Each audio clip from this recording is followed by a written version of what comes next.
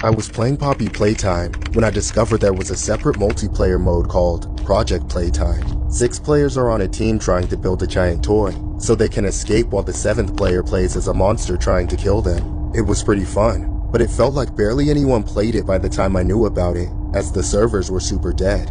I ended up having to play on a European server, even though I live in America, and the guy playing the monster was from somewhere in Asia. The guy's username was Kang. I couldn't tell if he was going to be some gaming master or if his ping was going to hold him back, but the game turned out to be pretty intense. Not everyone was able to escape.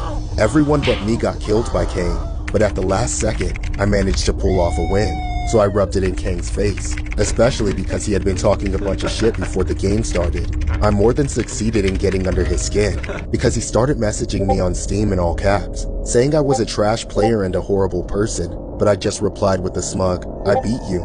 Kang got even more pissed off and started threatening to beat me to death in real life, and that's about when I blocked him.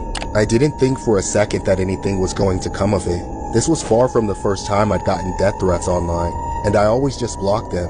I even find it funny to think about their reaction on the other side when they realize I blocked them. Just keyboard warriors screaming and crying their heads off because they lost in a video game. I like to think there are no keys left on the right side of their keyboard, and their monitor is covered in layers of spit. Then their mom comes in and tells them to shut the hell up and get a job.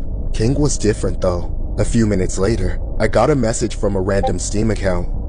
It was a brand new account with no profile picture or games in their library, and the message was just a string of numbers. After a moment, I realized it was an IP address, though I wasn't sure what mine was, so I couldn't tell if it was actually mine. But then the second account sent my full street address too.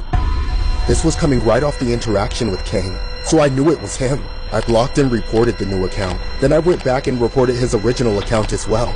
I was sure he was just trying to scare me, as I knew he lived on the other side of the world.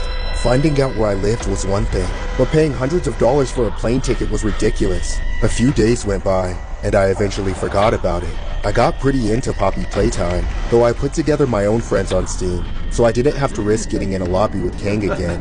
One night, my friends and I played until about 2 in the morning, then I crashed in bed and fell asleep.